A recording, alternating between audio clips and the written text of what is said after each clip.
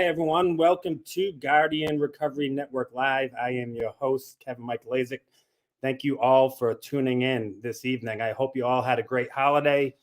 I know I did, and that is one of the beautiful things about being in recovery is being able to be present around holidays and not make it all about me. It's such a special time, especially having a wife and a beautiful child. It makes it that much more magical and makes me so grateful for the life I have today. And that is all due to the fact that I am in recovery. I am extremely excited about our guest tonight. He is a Bristol County up here in Massachusetts guy, which makes it even better. But he is also an alumni of Plymouth House and Immersion Recovery Center. And he's been sober now since 2016. And he is now our Director of Admissions at Guardian Recovery Network, Mr. Ryan Newman. So I am going to bring him in. Ryan, how are you? I'm doing great. Thank you for having me on here. Thank you for agreeing to do it. Of course. I even busted out the Tiger Sunday Red for you. I appreciate that. That's important. Like Championship Sunday. I don't do this forever. So I know I've loved getting to know you over the last couple of years, and I've heard bits and pieces of your story here and there.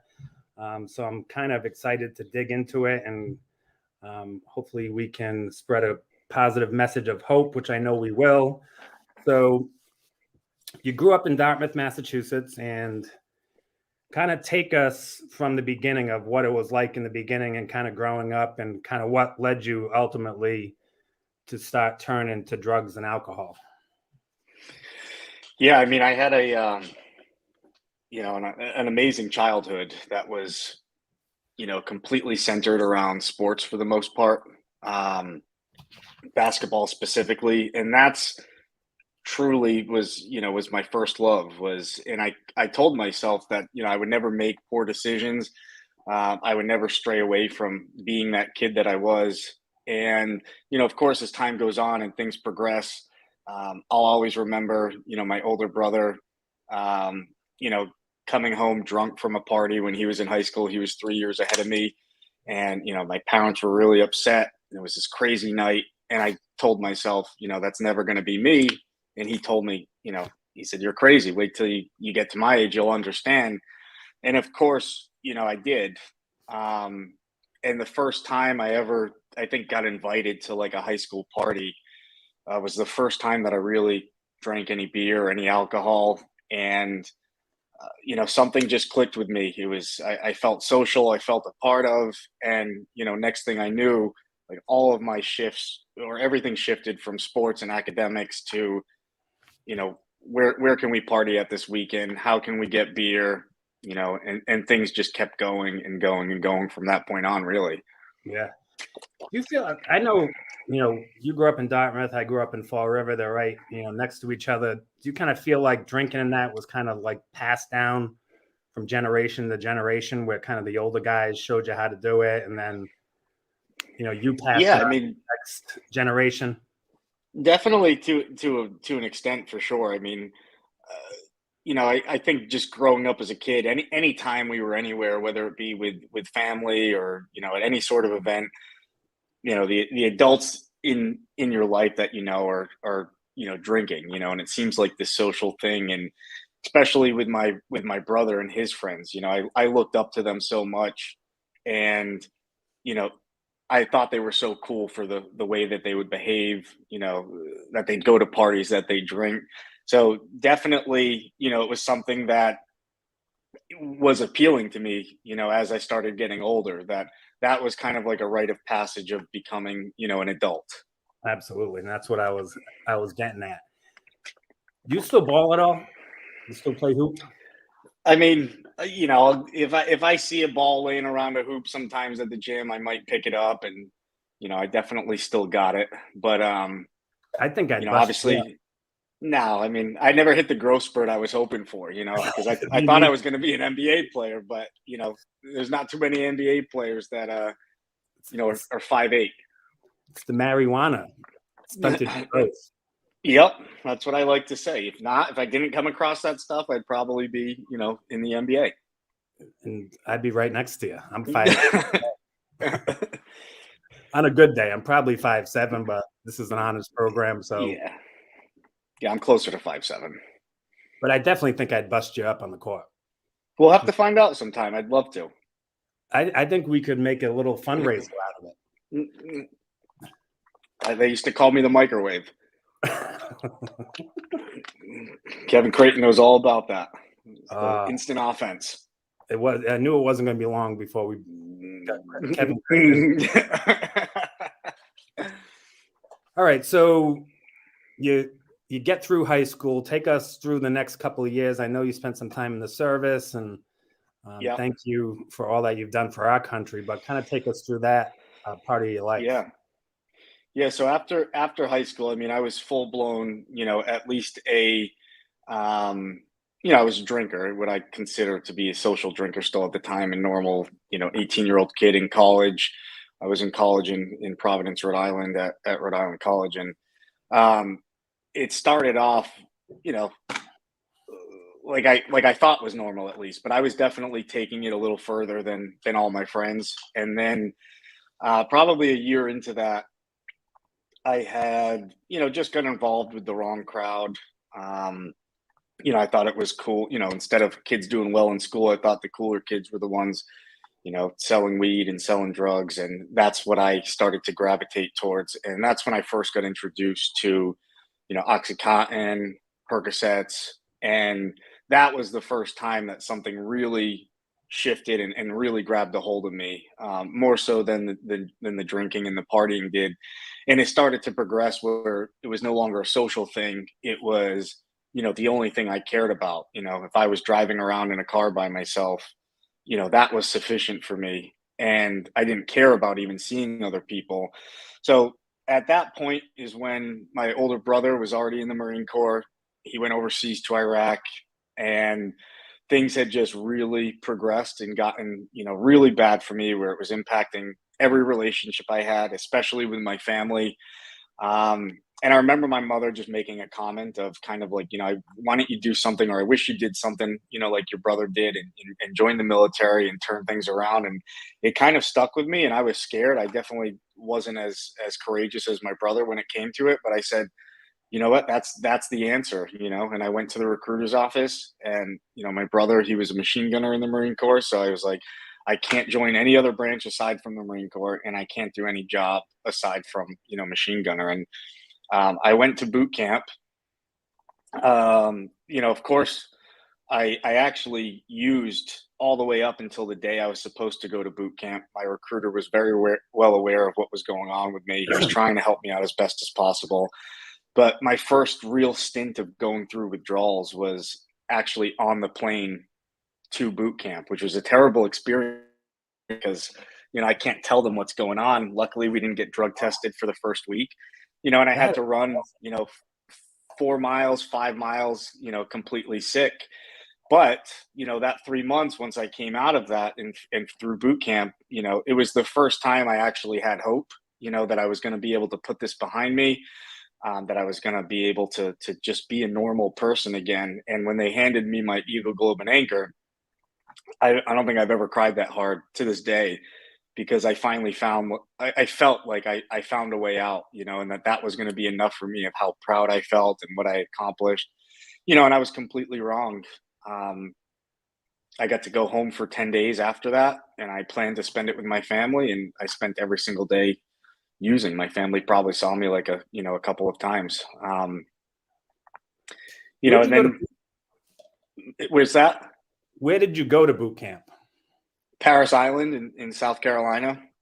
Gotcha. And then my brother was stationed in North Carolina, so I assumed just being on the East Coast, that's where I'd get stationed. But I ended up getting stationed in Hawaii. So shortly after that, I got sent to Hawaii, and that's where I lived for 5 years. Gotcha. All right, so you make it through boot camp, and then you go home, and then obviously you go back to the Marines, right, after the 10 days? Yeah. Take us through the next couple of years. Yeah, so once I actually got to my unit, I was definitely, I mean, the military is like a big fraternity. So I wasn't trying to stay sober at that time. I just didn't want to revert to back to my old behaviors. I didn't know anybody who had pills. I didn't know anybody that could get drugs. So I would drink with all my friends. And then, things got really real when, they told us that we were going to be going overseas to Afghanistan in 7 months. So, you know, there was a lot of hiccups in that 7 months prior, where I thought maybe I was going to fail a drug test. I just got lucky. They didn't drug test us. But again, they gave us about a week or 2 weeks to go spend time with our family before we went to Afghanistan. And we were going to a really bad part of Afghanistan. So who knew, nobody knew it was going to happen. And unfortunately for some people, that was their last time, getting to go home and spend time with their family. And again, I chose partying and using, over spending time with my family and, saying goodbye to them. So I went overseas. It was a pretty rough deployment, my first time. Of course I came back to the States afterwards, and, everything progressed tenfold. I was drinking every single day, but it was kind of just easy to justify and say it was kind of part of the lifestyle where, it was normal to party until 2 a.m. and then wake up at 5 a.m. and go for a run. I went back overseas for my second deployment to Afghanistan, and I ended up getting hurt. Oddly enough, not combat related. I got this crazy infection from, we didn't have showers or anything, so I was bathing in this like random creek, and something in the water, they use these creeks for like as a restroom. So I got this crazy infection, actually almost lost my hand. And I had to have about 20 operations on my hand. And of course, what comes with that is, prescriptions for painkillers. Yep. And seeing pain management doctors. And, so I came back early my second deployment, and I was, I used it to my advantage. I was just in full blown addiction for the remainder of my time, but I was allowed to have it in my system because doctors were prescribing it. I was getting it off the street in Hawaii as well. And, when it was time for me to get out of the military, my family to an extent had an idea of what was going on with me, but not, the full picture. So they were hoping to get their son back, who just, went to Afghanistan twice and, accomplished all this stuff. And, what they got was probably me in my worst form when it was time for me to move back to Massachusetts. And, within 2 months is when I was, seeing an outpatient specialist who dealt with, individuals coming back from the service who were struggling with PTSD and substance abuse issues. And he was the first person to tell me, you need treatment, and, we need to put a plan in place, because you can come here and talk with me every week and nothing's going to change until you actually take some action. What was it like? I mean, I don't want to go too much into it, but I mean, it must have been crazy kind of dealing with what you were dealing with, just kind of mentally as well, while you were deployed. Was it something that, was hard to deal with? Or did it make it tougher to deal with? What was that like? Well, I mean, one thing is that, like, I knew that I was going overseas. I knew, what it could be like over there, but until you actually get there and see, the environment you're in. I mean, we lived in the middle of nowhere with just me and my platoon, literally the middle of nowhere. We had a little base made out of HESCO barriers filled with rocks and sand. And we were just in the middle of these villages, desolate area of Afghanistan. And at first it was actually a relief for me, because I knew that I was going to have no access to alcohol, no access to drugs. And, even if I did, if I came across, because there's plenty of marijuana out there, there's heroin out there. I knew I had to be on ball for everybody in my platoon, and it was our lives at risk. So that part about it was good, because it got me disciplined again. But I had no idea what I was actually in store for, and the things that we experienced and saw. and I don't think I ever realized, how much it would impact me and just change me in different ways. I mean, to this day, my first deployment was in 2009. It's now, 2021, and there's not a day that goes by without me thinking, back to that time, and specific days and events that happened. And I used it to my advantage because who was going to get mad at me for drinking or using drugs, when they hadn't experienced that stuff. It's like the ultimate excuse. And that's what I did, to the point where, when I did come home, my mother would find me with, powder on my nose. And at first, it wasn't even it was kind of just like, hey, you got something on your nose, because nobody knew how to really address it. Eventually, as time went on, it wasn't, justifiable or an excuse that my family and loved ones were gonna, put up with. And luckily I got pointed in the right direction of, good people and good places that, were going to actually help me out. So you go see the guy and he recommends you go to treatment. How old are you at that point? I was 25. All right. Yeah, 25 years old. First time even honestly knowing that detox programs, you always you always hear the word rehab, but I didn't know what it entailed. So it was the first time I ever heard that, you can actually go somewhere and they're going to help you get through this. You don't have to curl up in a ball in bed, watching reruns of Law and Order. You can actually go somewhere and be around people that know what they're doing and can help you through the process. So that was the first time I was exposed to treatment. Law and Order is the ultimate time passer when you're sick. Oh yeah, I've probably seen every single episode, and most of the time I'm just staring, hoping that it keeps my mind off what I'm actually feeling. It works momentarily. Yeah, right. So you check in someplace, right? Did you go to a VA program, or did you go somewhere No, else? I went to a place on the Cape in Massachusetts. I ended up meeting some good people there, but I just wasn't ready, so I didn't take anything. House, right? Yep. And then I ended up going to I forget the name of the Miller House. What is it? The Miller House. Exactly. Yep. So I ended up going through the Miller House, and it was my first experience that I did, that I can look back and say it became, exciting to get sober, and I saw the benefit it could have in my life, but my priorities weren't right.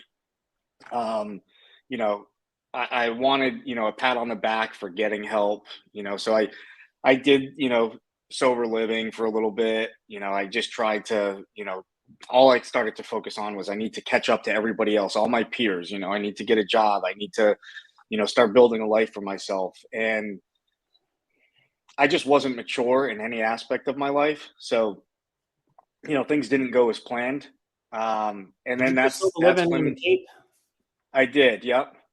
And then I ended up, having multiple relapses. I ended up back at home with my parents, and that was actually when we had a close family friend say, listen, don't, point him in the right direction, or point him in the direction of, these random sober houses. If he's serious, and he wants help, he should consider, coming up to the Plymouth House.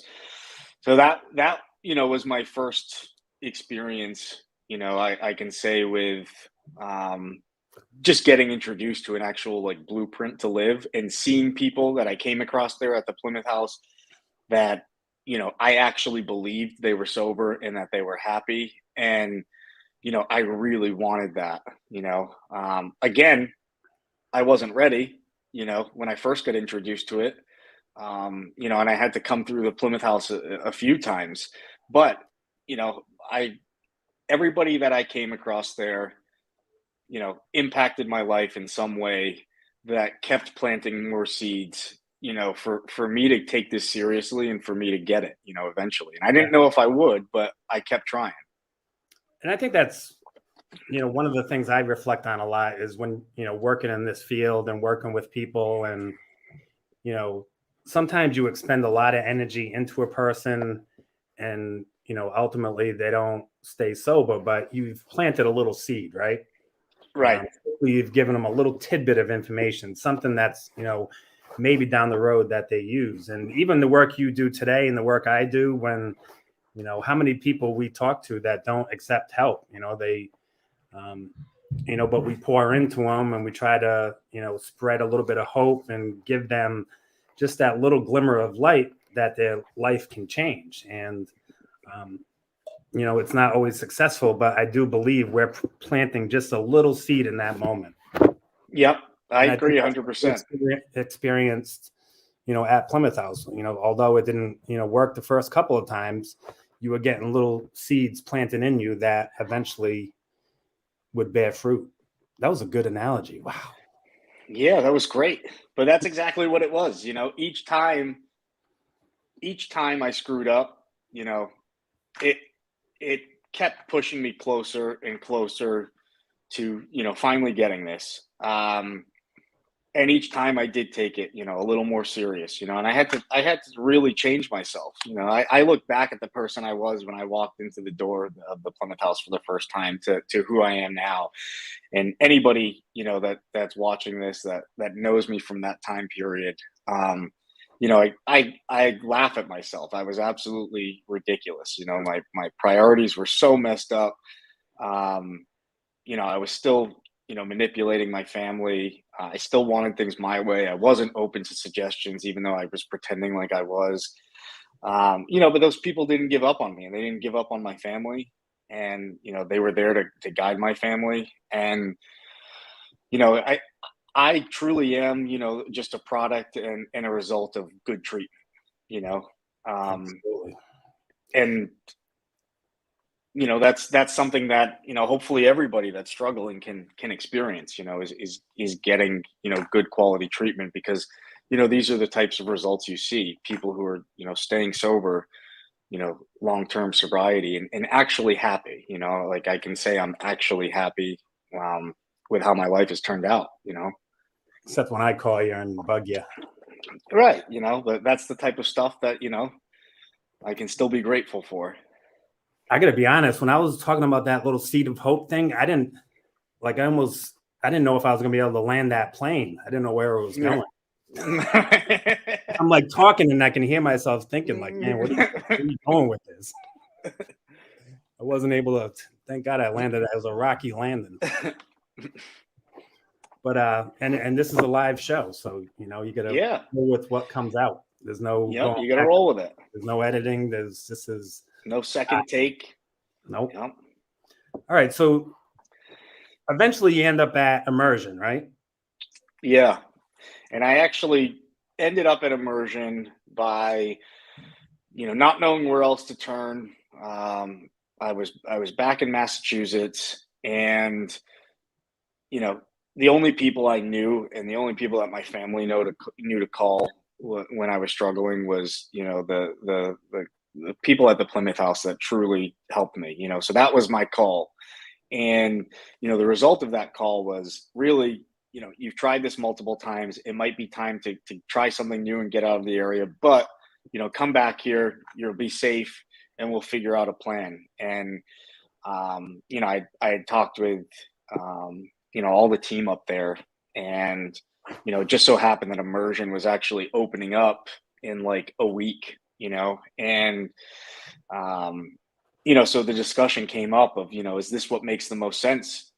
And there was a lot of people, my family included, who thought, oh, at least when he's close or nearby or in the Northeast, we know where he is.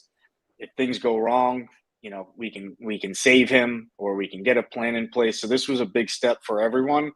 I wasn't confident in myself at the time either, but that became the plan of, hey, this place is opening up, maybe this is what you need. You need a fresh start, a clean slate, and you should go down there. And, I took the suggestion, and, I came down to Florida, and, it's probably one of the best suggestions and decisions that, I've ever made, was just coming down and completely starting fresh, not knowing anybody, and just building a life for myself. Was Balsley a counselor? He helped me a lot in the in IOP when I got to IOP. At the time when I went through immersion, um, the therapist I was working with, he's no longer a part of immersion, but it was so small at the time. It was just a house. It was me and a few other guys. Um, and but we all were taking it very serious, and I could tell everybody that I was with, wanted to get better, and we were given everything we need, to get better. It was the first time I took suggestions of completing the program, going into a sober living that they were recommending, doing an outpatient program, as difficult as it is, with trying to work and all these things. And things progressed to where I believed so much in what was taught to me that I tried, as best as possible to stay close to the people, that I met at the program. And I knew very early on that I wanted to get involved on some level and, be a part of this, because I thought it was really special. And for somebody like myself who didn't really have any hope of actually staying sober, to, be able to come through, and feel like something finally clicked. I knew that, this was special, and, anything I could do to be a part of it and give other people that option, I wanted to. So I want to rewind a little bit, because Yep. so here you go through the Plymouth House, and back when it was just the Plymouth, back then it was, it was a 12-step retreat. You went through the steps, you started working on your amends. Yeah. Do you feel when you went to immersion, because immersion pretty much adopted the Plymouth House 12-step model, but then fused in the clinical component with it?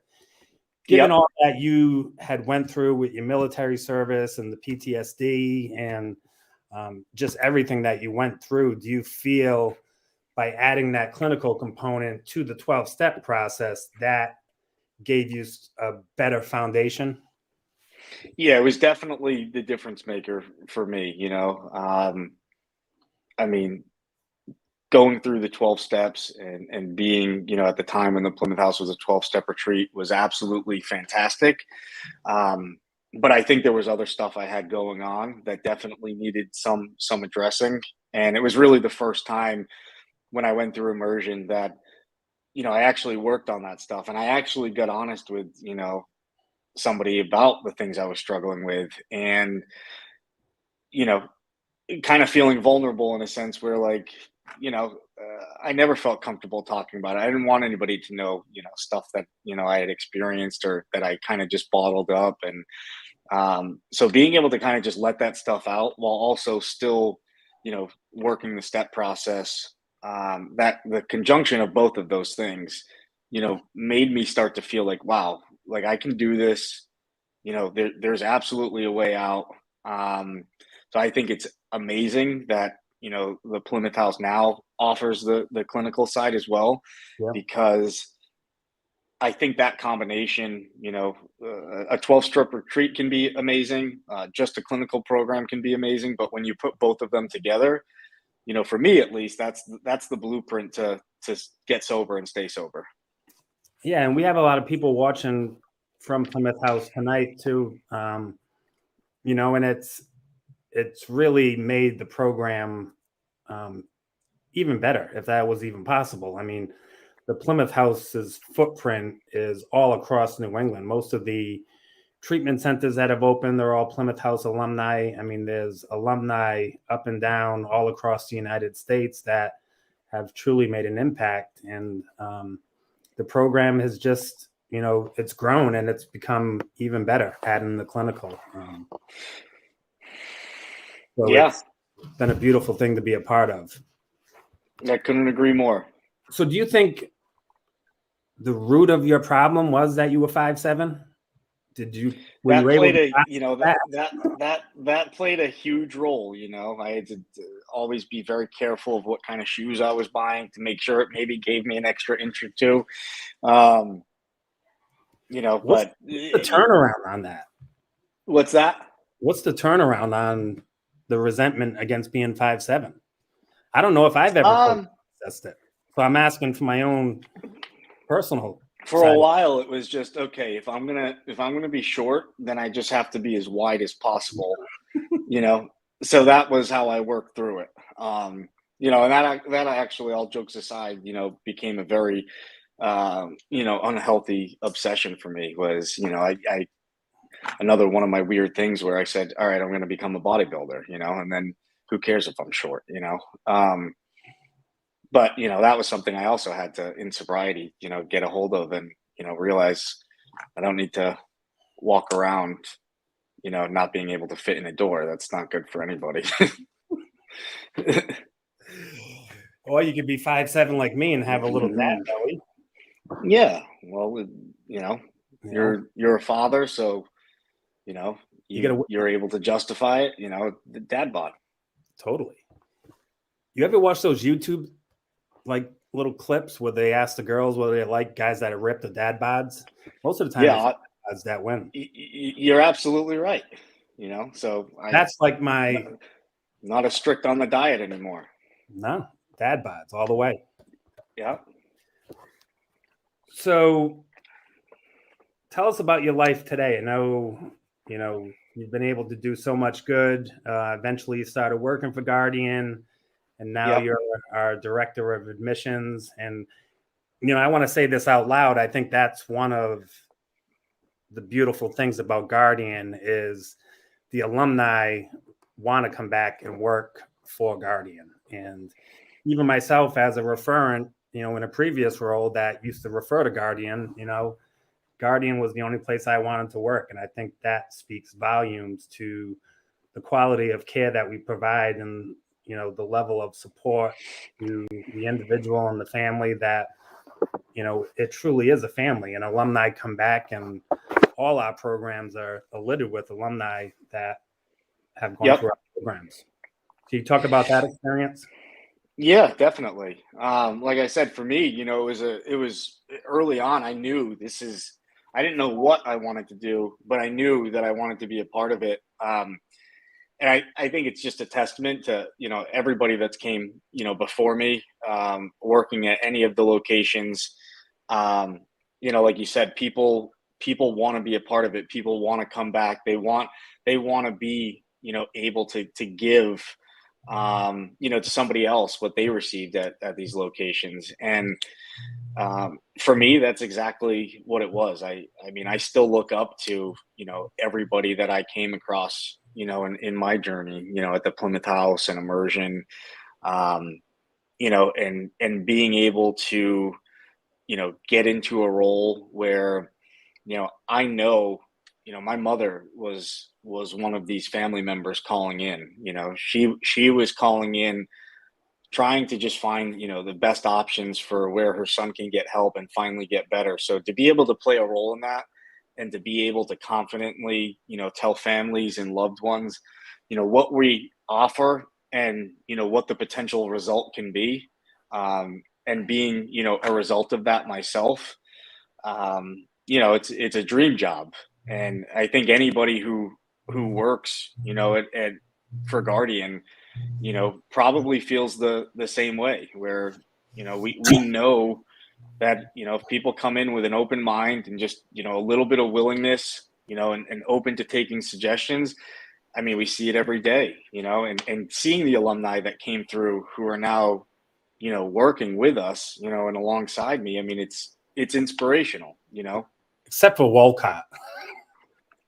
Right. Exactly. Mine, I don't know how you look he's at actually a great example, though. Totally. I remember, when he came through, and we, at the time, I think I was like, a house manager, and I spent time talking with him and getting to know, just his story. And now to see him, and he's the role of, talking with families and talking with people, and to see where he started at and where he came from is, amazing. And that's pretty much every alumni, that we have that comes through and takes it serious.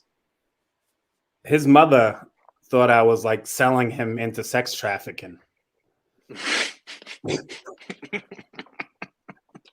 She's like, how is the Heron Project paying for this? Like, they're giving you a scholarship? scholarship. They're like, she's like, this is a scam. They must be trying to sell you into sex trafficking. Right. I mean, that's the other cool thing is, you know, people that have came through, who may not have a chance to go to, another quality program. And it's probably their first time. A lot of times when people come through immersion or Plymouth House, if they do have any other history or experience going to treatment, sometimes it's less than reputable places and it's their first experience, where they realize like, the people care and want to put them in a position to succeed. And that, continues once they leave too. The coolest thing, ever is, when somebody sends in a letter or an email just saying, hey, I just wanted to let everyone know I'm, 6 months sober now. I'm a father again to my kids. My relationship with my wife or my husband's going great. And those are the constant reminders of really why everybody that works in the industry gets up and does what they do, because that can be the result for these people. Yeah.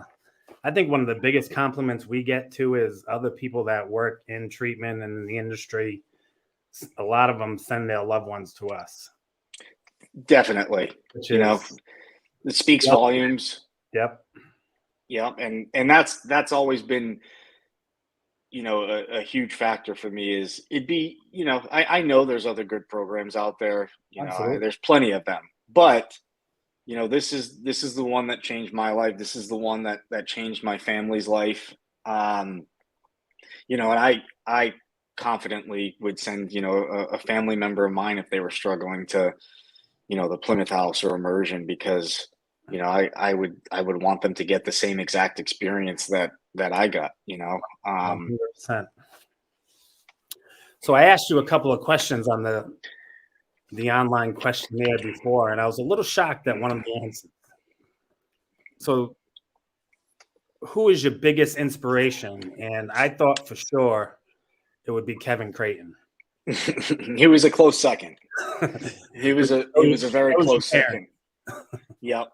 I went with my parents, and the reason why is I just look back on I was just up for the holidays and I was actually talking to my mother about this of if I had a child and my child put me through what I put my parents through, I don't know how I would act or how I would respond or if I'd still be there, and this was years and years, it was a good 10 years, 9 years of my family dealing with this. And aside from just, my struggles, just the way that they carry themselves, they're not addicts or alcoholics.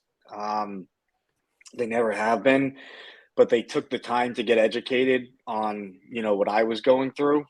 And the biggest thing, is that I can say confidently, my mother and father are just really, really good people, who are not just looking out for themselves, always doing anything they can to help out.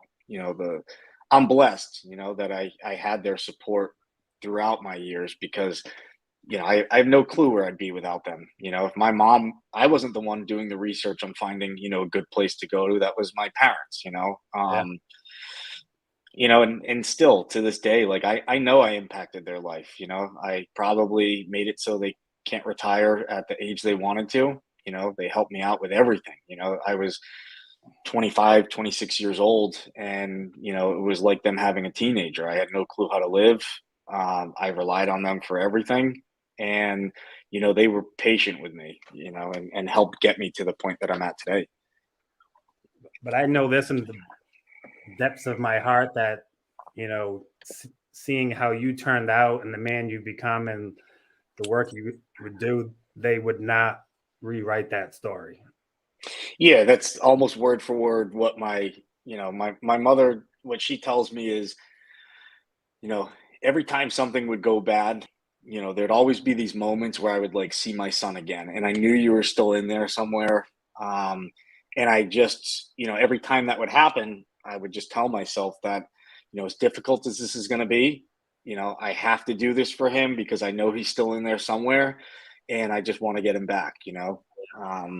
that's a huge part of, what kept me sober, especially early on, when I was 3 months sober, 6 months sober, and, I still had those thoughts creep in, thinking about, how much my parents had sacrificed for me to get opportunities like this. It was enough for me early on to say, I'm not putting them through that again. And, they deserve to have their son back. Um, they dealt with a lot, not just addiction, me deciding to be infantry in the Marine Corps at a time of war and, not knowing what was happening. I couldn't talk to them often. I'd check in with them, maybe get to use a satellite phone, once every few weeks or a month, and they get a short phone call, be a horrible connection, and then they're just waiting, and hoping they don't see anything on the news. And then for me to come through that, and come back, and then they're waiting to see if they're going to get a call from, the police or a hospital, disappearing for days on end. So, that's the type of stuff. And when I read that question, it made me actually just think, I started thinking of all these different times, and, the answer was easy. Absolutely. I mean, if you pick Creighton as your biggest inspiration, you're probably a couple of weeks away from a drink. He's somebody that, when I came across, I did gravitate towards, because, that's always the type of person, that I think resonates well with me, especially, that's sober, is that, it's believable. Like, not everybody's going to always be perfect, and from conversations that we had and things that he had gone through, I could just see that, he went through a lot too, and he came out the other end. And for him to take the time and be running groups with us when it was just four of us there, and being honest with us, I was like, wow, this guy, is the man. How can I get to that point? And he's 5'6", and he's in the Falmouth High School Yeah. Hall of Fame. I got a couple inches on him, so I like keeping people like that around me, No doubt. Well, we went way over, but it was quality, so I'm glad we did. But thank you so much for all that you do. Thank you for your service to our country. I've gotten to know you over the last couple of years, and it's been a pleasure to know you and just be a small piece of your life. But thank you so much for all that you do. Oh, you as well. I think we're both blessed. I'm glad that you're, a part of Guardian now. And I let my listeners know about Paul Gay. Yeah, right. I had to throw that in there somehow. But I think hopefully we just keep doing what we're doing. Help as many people as possible, and continue to see alumni that that thrive. And even if they don't come back to work for us, if they're just back in their communities, letting people know that there's a way out. Whether it's treatment or just showing them what they were taught. I think it's a win for everybody. Absolutely. Well, thank you once again, and thank you all for tuning in this evening. We'll see you next week, Thursday at 8:30 p.m. Have a great night.